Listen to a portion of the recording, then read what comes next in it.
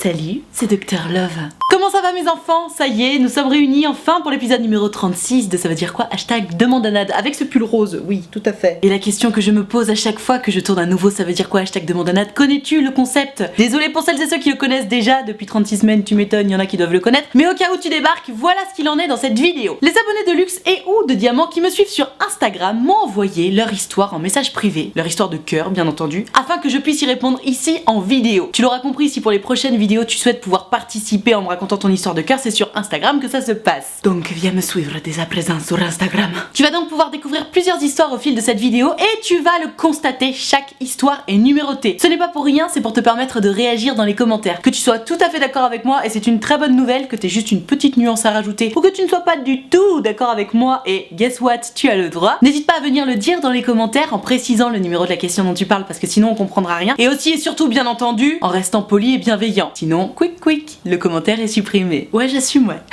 Tout ceci étant dit, je pense que tu brûles déjà d'impatience de découvrir quelles sont les petites histoires que je t'ai sélectionnées aujourd'hui. Alors c'est parti. Allez, on démarre avec notre Gertrude qui a un problème avec son Alphonse, hein, clairement. Elle me dit « Coucou Nad, j'espère que toi ça va. Écoute, on démarre la semaine tranquillement, mais sûrement. Je t'envoie un petit message parce que ça fait environ un mois que je sors avec quelqu'un qui me plaît beaucoup, entre parenthèses, et c'est grâce à toi parce que j'ai osé faire le premier pas. Bravo, je suis trop contente pour toi. Sauf que le problème, c'est qu'il est vraiment timide et je suis son premier bisou et sa première relation. Entre parenthèses, on a 18 ans. Ça faisait plusieurs mois qu'on se tournait autour, donc il y a un mois, ça s'est officialisé. Il m'a dit qu'il était très timide et qu'il ne savait pas vraiment comment s'y prendre, etc. Donc j'ai trouvé ça mignon et je me suis dit qu'il serait moins distant avec le temps. Mais voilà, des fois il ouvre mes messages et il répond pas. Il est même passé devant un bar où il savait que j'étais sans y entrer. J'ai l'impression qu'il ne veut même pas me voir parce que c'est toujours moi qui lui propose qu'on se voit. Il m'a dit je t'aime, il m'a dit que j'étais la première personne qu'il aimait autant et des fois il fait le premier pas en message mais j'ai quand même l'impression de le faire chier.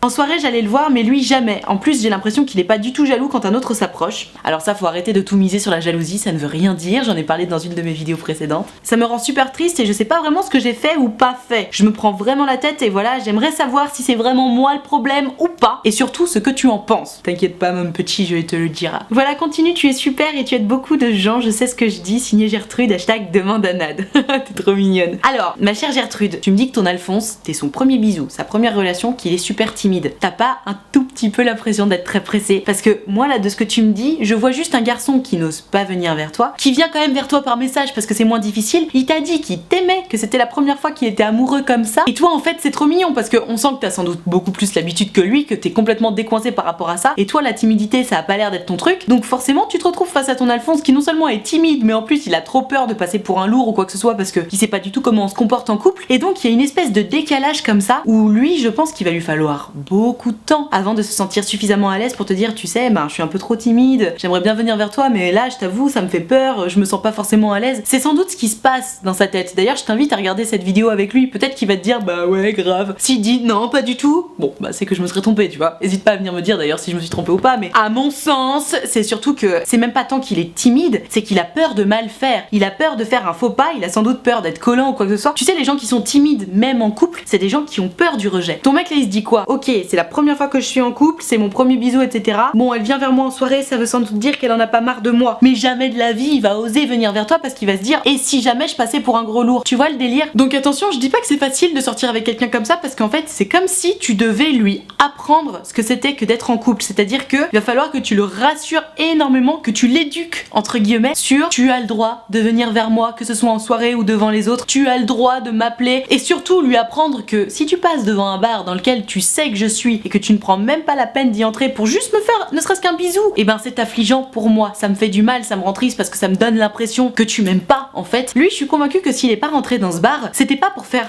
je m'en bats les couilles de toi. Non, je pense surtout qu'il a dû se dire oh là là, elle est avec ses copines, si je rentre dans le bar pour lui faire un bisou, elle va croire que je l'envahis, je vais passer pour un gros canard, je vais passer pour le mec trop relou, donc je préfère ne pas la déranger. Moi c'est plutôt ça l'impression que j'ai de toi avec ton Alphonse. Vraiment discute-en avec lui, pose-lui la question, mais tu sais comme je dis toujours, s'il y a des questions que tu te poses qui sont sujettes à un petit peu de rancœur au fond de toi, c'est sans doute parce que tu ne te rends pas tout à fait compte de ce qui se passe dans sa tête à l'autre. Et alors je te rassure là-dessus, on est tous pareils évidemment. Mais si tu as des questions à poser, évite de les poser en mode je peux savoir pourquoi t'as fait ça? Parce que si tu prends ce ton de voix là, tu n'arriveras jamais à avoir une conversation constructive puisque les deux vont être braqués. Toi tu vas être braqué en mode je peux savoir pourquoi t'as fait ça? Et l'autre va dire ah mais c'est bon je fais ce que je veux. Alors que si tu lui dis mon cœur, pourquoi tu es pas rentrée dans le bar où j'étais? Parce que je sais pas, je me dis t'es passé devant, t'aurais pu venir me faire un bisou, ça m'aurait fait plaisir, tu sais. Là il va se dire ah merde, je me suis complètement trompée en fait. Je voulais pas la déranger et en fait je l'ai rendue pas malheureuse, mais je lui ai fait un petit pincement au cœur parce que je n'ai pas pris la peine de venir la voir. Je pense que ce sont des choses dont ton mec n'a pas tout à fait conscience parce que t'es sa première relation, parce qu'il est très timide, parce qu'il a peur de te déranger. À mon avis, c'est à toi de le mettre à l'aise là-dessus. Maintenant, si tu me dis dans 3 mois ouais j'arrête pas de le mettre à l'aise là-dessus et il fait toujours pas de pas vers moi, là j'aurais envie de te dire bon bah c'est que vous êtes pas fait pour être ensemble, parce qu'il y a aussi des natures qui sont comme ça. Il y a des natures très réservées qui font que bah rarement ils vont venir faire le premier pas vers toi. Mais bon là tu me dis qu'il t'a dit qu'il t'aimait, qu'il venait t'écrire des messages spontanément, etc. Donc pour moi vraiment c'est juste qu'il a peur de te déranger, il a peur d'être trop lourd et il a sans doute beaucoup besoin que tu le rassures. Donc vois tout ça avec lui et n'hésite pas à venir me raconter la suite après, ça me fera plaisir de savoir si je m'étais trompée ou pas. Et ben du coup on va rester sur les Alphonse timides, mais cette fois-ci c'est Alphonse qui m'écrit. Je te rassure, c'est pas le Alphonse de Gertrude de juste avant, sinon ce serait trop beau. T'imagines la vidéo? Alors c'est Gertrude qui me raconte son histoire. Ah bah c'est son Alphonse qui m'écrit aussi, ce serait tellement drôle. Bref. Salut, c'est Alphonse. Salut Alphonse, je suis bien contente de t'avoir pour une fois. J'ai de la chance que ta story Instagram soit publiée il y a 2 minutes MDR. Effectivement, tu tombes au bon moment. Alors voilà, moi je discute avec une Gertrude que j'ai rencontrée il y a assez longtemps. Et récemment ça a évolué. Je t'explique. Elle habite à 700 km de chez moi. Entre parenthèses, c'est la distance entre notre ville d'enfance et sa ville d'études. On a commencé avec un délire sur le cœur rouge qui est apparu sur Snap et puis c'est parti en couille. On se dit je t'aime bye bébé d'amour et autres mignonneries pour déconner suite à ce cœur. Entre parenthèses, tu vas me dire what the fuck c'est quoi ça et je te comprends MDR. Non mais les délires des gens, moi j'ai arrêté d'essayer de comprendre parce que déjà évidemment moi, mes délires à moi avec d'autres personnes, les autres ne peuvent pas les comprendre, donc je me dis ça doit être pareil avec les délires des autres, tu ne peux pas comprendre. Du coup on en a parlé et elle veut pas se mettre en couple avec moi vu qu'elle a eu des passages douloureux récemment, même si on reste très proches. Je sais bien qu'à force ça peut être toxique de continuer ce petit jeu avec elle, mais ça booste mon ego. Alors toxique, je ne pense pas. On va en parler, mais toxique, c'est clairement pas le mot là. Hein. Et comme je suis hyper timide de base et qu'avec elle ça passe tout seul, ça m'aide, tu vois. Voilà, c'est justement pour ça que je dis que c'est loin d'être toxique. Elle me redonne confiance en moi et du coup, les délires de t'es trop beau, bah et tu me fais craquer bébé d'amour, ça me fait du bien. Tu m'étonnes. Je tiens à préciser que de par mon vécu, j'ai appris à contrôler mes sentiments. J'arrive à m'empêcher de tomber amoureux de qui que ce soit. Entre parenthèses, blessure cicatrisée DMTC. Non mais alors là, je t'arrête tout de suite Alphonse. Ça n'existe pas contrôler ses sentiments, juste ça n'existe pas. D'ailleurs la preuve, t'es en train de m'écrire de cette Gertrude. Je pense qu'en termes de contrôle des sentiments, on est loin de ce que tu crois pouvoir faire. Donc mon moral est cool, mais je me demande combien de temps ça va durer. Voilà, c'est ce que je suis en train de te dire. Je me demande aussi si ça peut évoluer ou pas et savoir ce que tu en penses. Entre parenthèses, veux-tu que je fuis? Sinon continue à persévérer, YouTube finira par arrêter la démonétisation. Hashtag demande à Nad. Trop chou Alphonse, ça me fait trop plaisir ton message. Alors donc déjà, bienvenue Alphonse au pays des Gertrudes parce que j'ai pas assez d'Alphonse qui m'écrivent. Franchement les gars, n'hésitez pas à m'écrire vos histoires parce que ça me fait toujours plaisir d'avoir un petit peu des histoires de mecs aussi de temps en temps. Donc mon Alphonse, qu'est-ce que tu me racontes? Tu me dis que bah ta Gertrude elle habite loin, donc de toute façon elle veut pas se mettre en couple avec toi, je pense que c'est le mieux. Hein. Tu serais malheureux d'avoir une meuf qui habite super loin, alors même si toi t'es resté dans la ville d'enfance d'après ce que j'ai compris et elle est partie dans une autre ville d'études qui est super loin, c'est compliqué de se voir. Si quelqu'un habite à 700 km, tu vois, tu me dirais que dans 2 mois elle termine ses études, je te dirais bah ouais grave, allez-y, franchement il vous reste 2 mois à tenir, ok. Mais là elle commence ses études, vous êtes jeune, enfin c'est pas le moment de se mettre en couple avec quelqu'un qui habite loin, tu vois. À part si t'as prévu d'aller t'installer dans cette fameuse ville. Premier point. Moi ce que j'aime bien dans ton histoire, c'est que tu me dis oui, on s'envoie des trucs super sympas, genre je t'aime, t'es trop beau, tu me fais craquer, bébé d'amour, etc. Ça fait du bien et j'arrive même pas à comprendre comment t'as pu placer le mot toxique dans cette histoire. Ça n'a rien de toxique. Vous vous envoyez des messages super mignons, super gentils qui flattent votre ego, tu me l'as dit toi-même. En plus toi t'es timide, donc tu me dis que justement d'habitude avec les filles t'as un petit peu du mal et puis avec elles ça passe tout seul. Tu m'étonnes, c'est par message, vous vous connaissez depuis un petit peu longtemps, mais quand c'est simple, quand c'est fluide, forcément ça passe mieux et toi ça te fait du bien. Ça te fait du bien parce que tu le dis toi-même, ça te flatte l'ego, ça te prouve que oui, c'est possible d'avoir une meuf qui t'envoie des trucs comme ça, même si elle veut pas se mettre en couple. Et encore une fois, je pense que c'est le meilleur pour vous deux parce que vous habitez beaucoup trop loin et ça va vous rendre malheureux de faire une relation à distance. Moi je trouve ça génial cette petite histoire. En revanche, je comprends évidemment ta réserve et la réserve que tu penses que je vais émettre et je te l'émets dès à présent. Le problème entre guillemets de ça, c'est que là tu me dis ouais non mais moi je contrôle mes sentiments, non ça n'existe pas, hein. Comme je te le disais en lisant ton histoire, personne ne contrôle ses sentiments et encore une fois, si tu contrôlais à 100% tes sentiments, mais juste déjà tu m'enverrais pas ton histoire et ensuite tu me dirais pas par contre je me demande combien de temps ça va durer. Évidemment que non. C'est un petit peu ça le revers de la médaille, c'est que oui ça te fait du bien au quotidien, mais on finit toujours par s'attacher aux gens. Là elle t'envoie des doses d'amour tous les jours, vous rigolez, j'imagine que t'attends un petit peu ces messages et c'est normal, c'est tout à fait humain et y a pas de mal à ne pas savoir contrôler ses sentiments, hein, qu'on se le dise. Donc vous vous attachez l'un à l'autre, vous vous habituez l'un à l'autre, vous attendez les messages l'un de l'autre, donc vos quotidiens sont quand même malgré tout plus ou moins rythmés par vos messages et vos petites attentions, vos petites touches d'amour. Et il y a 2 problèmes à ça. Déjà, le jour où elle va se trouver un mec dans sa ville à 700 km de toi, ça va te faire bizarre parce que entre nous, le jour où elle se trouve un mec, elle va évidemment arrêter de t'envoyer ce genre de message. Donc toi ça va faire un gros vide. Deuxième problème, c'est que le fait que vous vous envoyez toujours ces petits messages là, peut-être que du coup t'es beaucoup moins en manque affectif que quelqu'un qui n'aurait pas ce genre de petits messages là qui fait drôlement du bien. Et donc si jamais il y avait une petite nana qui aurait pu passer près de toi en te faisant des grands yeux, peut-être que tu l'aurais même pas calculé parce que t'étais trop concentré sur tes petits messages. Et en soi, oui c'est bien ces petits messages là, oui ça fait du bien. Mais il faudrait pas non plus que ça t'empêche d'ouvrir les yeux sur ce qui se passe autour de toi parce que bien entendu tu seras beaucoup plus heureux. Je te dis pas que c'est mal hein, cette histoire, pas du tout. Moi je trouve ça très bien votre petit jeu. Mais ce que j'essaie de t'expliquer c'est que il faudrait pas que tu passes à côté d'une histoire avec quelqu'un qui est près de toi parce que t'es trop concentré sur ton téléphone. Ça ce serait dommage parce que bah c'est quand même virtuel malgré tout cette histoire et puis de toute façon elle t'a expliqué qu'elle voulait pas se mettre en couple et même si elle voulait se mettre en couple avec toi, pour la 8e fois de cette vidéo, je te le dis, je pense pas que ce soit une bonne idée parce que les relations à distance, franchement, ça prend beaucoup d'énergie, ça rend malheureux au quotidien parce que t'as ce manque, t'attends l'autre, tu veux le voir, ça prend beaucoup de temps parce que tu passes énormément de temps en FaceTime, en message, en appel, en truc, en machin. Alors oui, les moments où on se retrouve, c'est absolument incroyable, mais c'est tellement court par rapport au reste. Donc bon, ça c'est un autre souci. Donc tu me dis, est-ce que tu veux que je fuis, nanana? Alors moi je ne veux jamais rien, je ne fais que conseiller et toi tu fais ce que tu veux de mes conseils. À mon sens, vous faites rien de mal avec ces petits messages là, je pense que même c'est bien pour toi, ça booste ton ego et ça peut même te faire prendre confiance en toi. D'ailleurs tu me le dis toi-même dans le message, donc je pense que c'est le cas, clairement. Maintenant, ce que j'aimerais que tu fasses, c'est de continuer à ouvrir les yeux autour de toi. Au lieu que cette histoire t'isole en te disant oh là là, j'adore ma Gertrude, elle est trop géniale, j'attends son message, j'aimerais que tu te dises ouais, j'ai ma Gertrude avec moi dans la poche, elle est là, elle m'envoie du love, elle m'envoie de la confiance en moi et je vais me servir de tout ce qu'elle m'offre pour pouvoir justement devenir un conquérant dans la vie à côté de ça. Donc ouais mon cher Alphonse, franchement, no stress, continue de te faire plaisir avec Gertrude mais garde la tête sur les épaules. Puisque soi-disant tu gères tes émotions etc, et bah continue de les gérer au maximum et c'est bien de faire en sorte de ne pas tomber amoureux de cette jeune fille et rappelle-toi bien que ce n'est qu'un plus dans ton quotidien. C'est pas une finalité en soi cette Gertrude, elle est là, elle te soutient, elle t'épaule jour après jour, elle t'apporte du love, de la confiance en toi. Certains au quotidien tu vas voir ça va faire de toi un homme nouveau et sûr de lui et ça c'est important, tu as de la chance. Tiens, une histoire drôlement intéressante.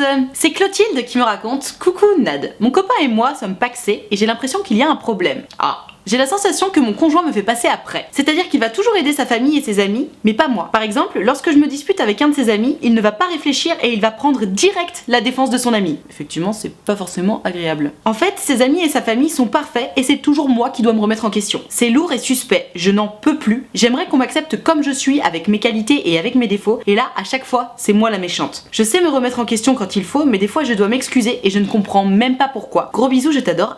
Demande à Nad. Alors ma chère Clotilde, ton histoire m'intéresse beaucoup parce que, bon, la vérité c'est que clairement je manque énormément d'éléments pour comprendre entre guillemets qui a raison. Je veux pas non plus prendre parti bien entendu, mais tu me dis que en gros ton mec il est jamais de ton côté, c'est un vrai problème parce que à mon sens, ce n'est évidemment que mon avis, hein, lorsque tu constitues un couple avec une autre personne, on est une équipe, c'est-à-dire que on se soutient. Tu sais, c'est comme les parents, même s'ils sont pas d'accord, ils ne s'engueulent jamais devant l'enfant. Si maman a puni l'enfant et que papa n'est pas d'accord, ils en discutent tous les deux sans que l'enfant le voit et ensuite ils viennent donner le verdict à l'enfant. Mais on ne se dispute pas devant l'enfant parce que sinon l'enfant il est en mode ding ding ding ding ding, je ne sais pas ce qui se passe. Et ben à mon sens c'est pareil avec le reste de l'entourage. Si tu as un problème avec qui que ce soit, normalement ton mec il te soutient et derrière il en parle avec toi genre écoute je te soutiens parce que t'es ma femme et que je t'aime et que devant le reste du monde je veux me prouver que je suis avec toi mais je n'ai pas aimé ton comportement sur telle chose et telle chose. C'est ma vision à moi des choses. Pour moi un couple c'est une équipe, on doit se soutenir l'un l'autre. Alors évidemment il y a des limites hein. Si t'as mis un coup de couteau dans la fesse de son meilleur ami, évidemment il va prendre la défense de son meilleur ami, c'est tout à fait normal. Maintenant s'il y a un petit conflit, ouais je pars quand même plus ou moins du principe que en principe t'essaies de soutenir ta femme ou ton mec en cas de conflit ou en tout cas clairement t'essaies d'apaiser les tensions et ce qui est sûr c'est que tu vas pas te rallier au parti adverse à celui de ton homme ou de ta femme parce que sinon ça ne fonctionne pas. Là ma Clotilde, tu me dis que ton mec immédiatement il va prendre parti pour son mec ou sa famille et en même temps ça me fait réfléchir et je me dis mais attends, ça t'arrive si souvent que ça de t'engueuler avec la famille de ton mec ou avec les amis de ton mec?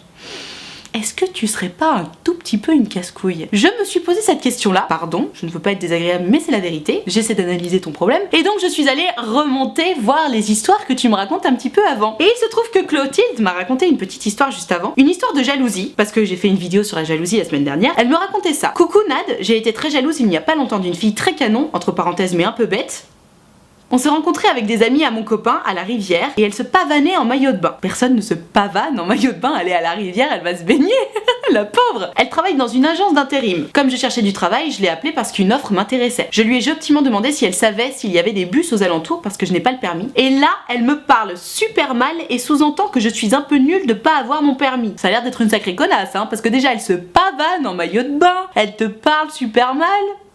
Tu crois pas que ça viendrait un tout petit peu de toi? J'en parle à mon conjoint et selon lui, c'est moi qui l'ai énervé et j'aurais dû m'excuser. Donc encore une fois, tu demandes du soutien à ton mec qui lui prend parti pour le parti adverse. Du coup, plus tard, j'ai eu des gros doutes sur le fait qu'il m'ait trompé avec elle.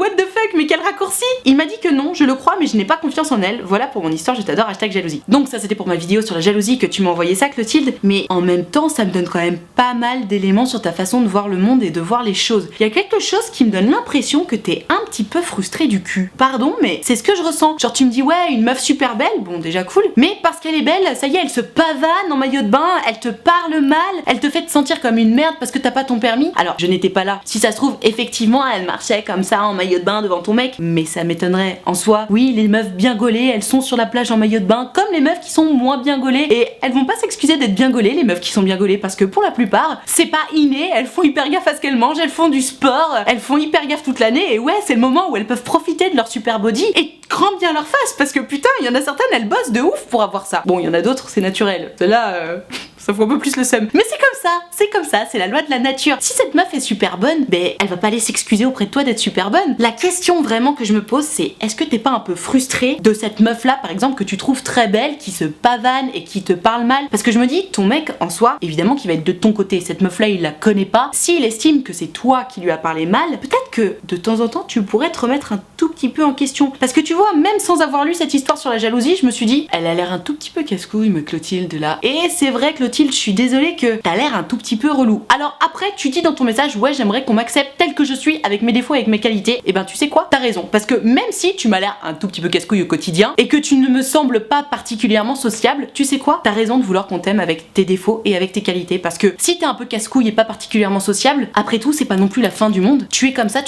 et je suis d'accord avec toi. Tu mérites quelqu'un qui t'aime et qui t'accepte tel que tu es. Donc finalement, je me retrouve dans une espèce de balance où je me dis, est-ce que tu devrais quand même pas un tout petit peu te remettre en question et essayer d'arrêter de te sentir agressé par le monde qui t'entoure alors que le monde qui t'entoure ne t'a peut-être pas fait tant de mal que ça? Ou de l'autre côté, une autre question qui me fait te demander, est-ce que tu penses vraiment être avec la bonne personne? Parce que moi, ton Alphonse, j'ai quand même l'impression qu'il te dit, écoute ma chérie, fais attention, regarde, mon ami, ma famille, cette fille ne t'a pas mal parlé, n'a pas été désagréable avec toi, je pense que c'est toi qui devrais te remettre en question. Étant donné que c'est régulièrement qu'il te dit ça, je peux pas m'empêcher de penser qu'il y a forcément du vrai là-dedans. Et je te dis même, à mon sens, ça transpire un petit peu dans ton message que t'as tendance à être un peu frustré par quelque chose. Par quoi, je ne sais pas, je ne te connais pas. Mais j'ai l'impression que manquant un petit peu de confiance en toi, tu en veux un petit peu aux autres. C'est le sentiment que j'ai. Bon, peut-être que je me trompe. D'un autre côté, ton mec, j'ai l'impression qu'il essaye particulièrement d'être objectif quand tu lui parles de ça. Et toi, tu lui en veux d'être objectif parce que ce dont tu as besoin, c'est d'être rassuré et tu as besoin qu'il soit de ton côté. Et donc, tu as besoin de sentir qu'il t'aime pour ce que tu es, avec tes qualités et avec tes défauts. C'est tout à fait noble comme désir. Moi, je te comprends tout à fait. Évidemment, on a tous des défauts, on a tous des qualités. Et chacun a des défauts qui sont plus ou moins faciles à dissimuler. Bon, bah, si t'es pas très extraverti et que t'as du mal à te faire des potes,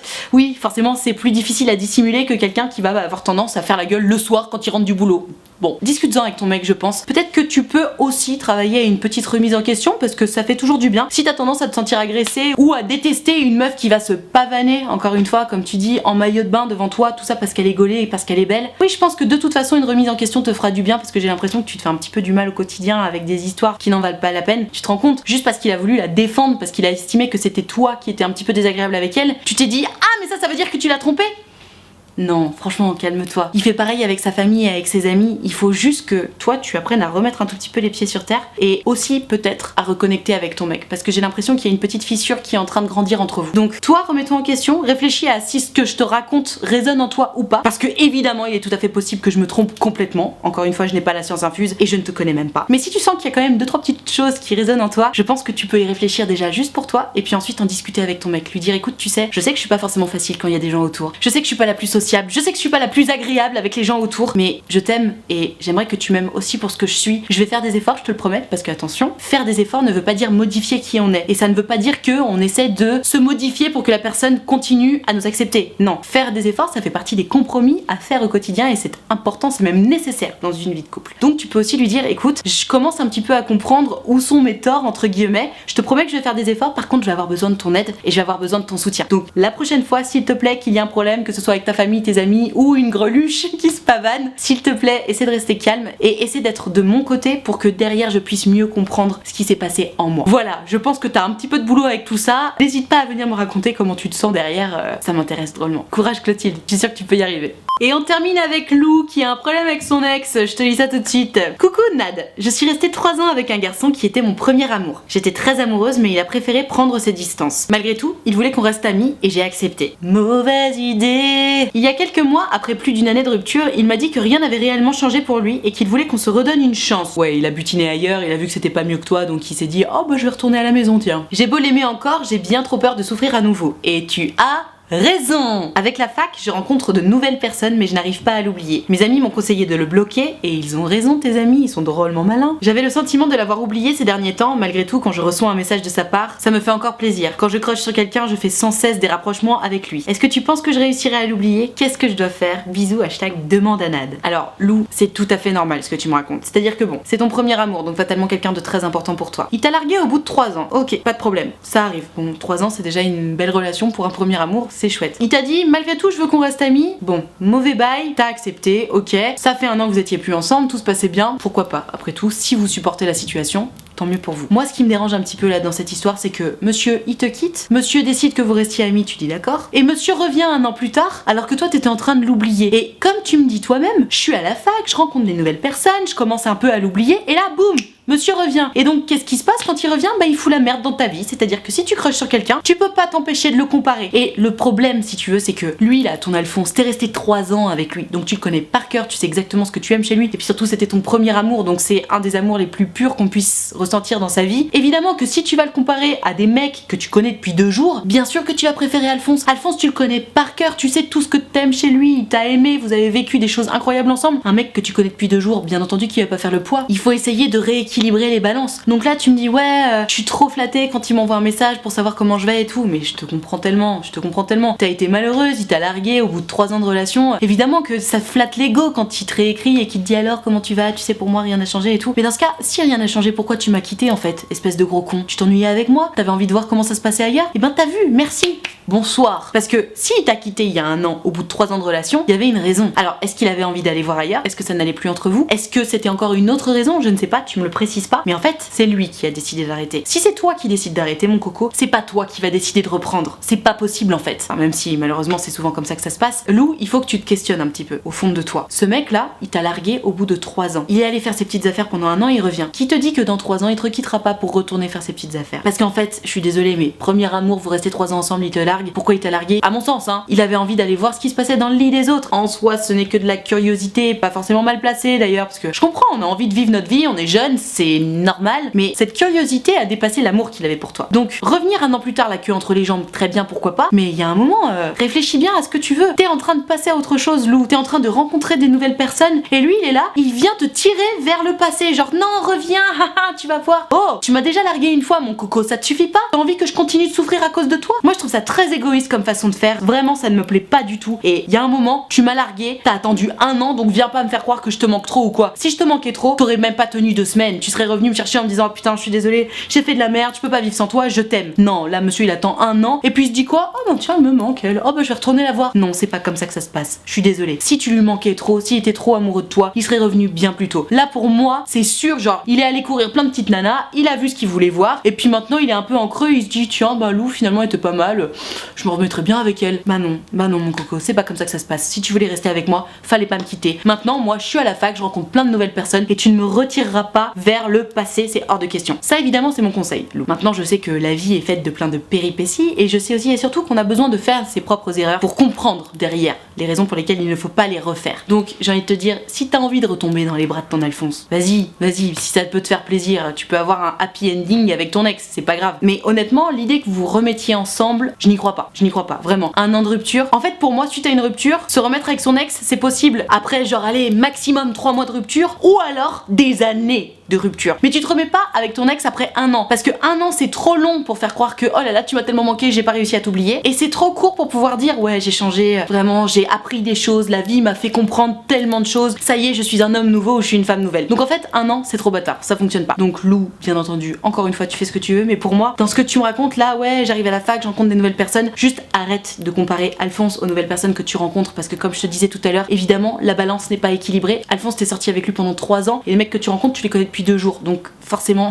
ils peuvent pas faire le poids. Donc laisse-leur le bénéfice du doute à ces nouveaux garçons que tu rencontres, intéresse-toi à eux, mais vraiment pour moi c'est une mauvaise idée de retomber dans les filets d'Alphonse, et je pense vraiment que tes amis ont raison, tu ferais bien de le bloquer et de lui envoyer une bonne chasse au passage en lui rappelant que si je te manque et si rien n'a changé depuis 1 an, fallait pas me quitter, virgule. Connard, bien fait pour ta gueule. Et voilà, maintenant tu fais ce que tu veux, n'hésite pas à venir me raconter ce que tu auras choisi de faire parce que je suis drôlement curieuse. Et puis quoi qu'il en soit, je suis certaine que tu feras le meilleur choix. Tu as tout mon soutien et je t'envoie beaucoup de courage.